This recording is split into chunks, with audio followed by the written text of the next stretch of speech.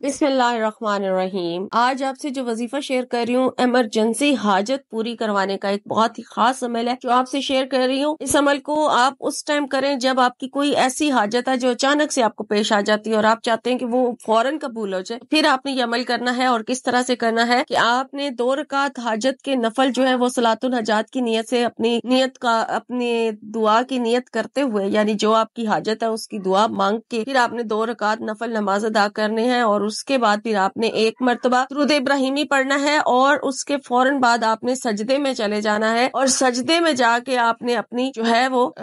دعا جو ہے وہ پہلے اس کا ذکر کریں، اس کی نیت کریں، اور پھر 21 مرتبہ آپ نے کہنا ہے یا ارحم الراحمین یا ارحم الراحمین یا ارحم الراحمین۔ 21 ٹائم آپ اس کا ورد کریں گے، اور پھر اس کے بعد اپنے مقصد کی دعا کریں گے، اور دعا کرنے کے بعد آپ نے سجدے سے سر اٹھانا ہے، اور پھر اس کے بعد آپ نے 1 مرتبہ درود ابراہیمی کہنا ہے، اور اس طرح سے آپ کا یہ وظیفہ جو ہے پورا ہو جائے گا۔ اس عمل کو آپ ایک دن میں بار بار بھی کر سکتے ہیں اور روزانہ بھی کر سکتے ہیں، جب چاہے آپ کر سکتے ہیں، صرف نفل نماز کا ٹائم ہونا ضروری ہے۔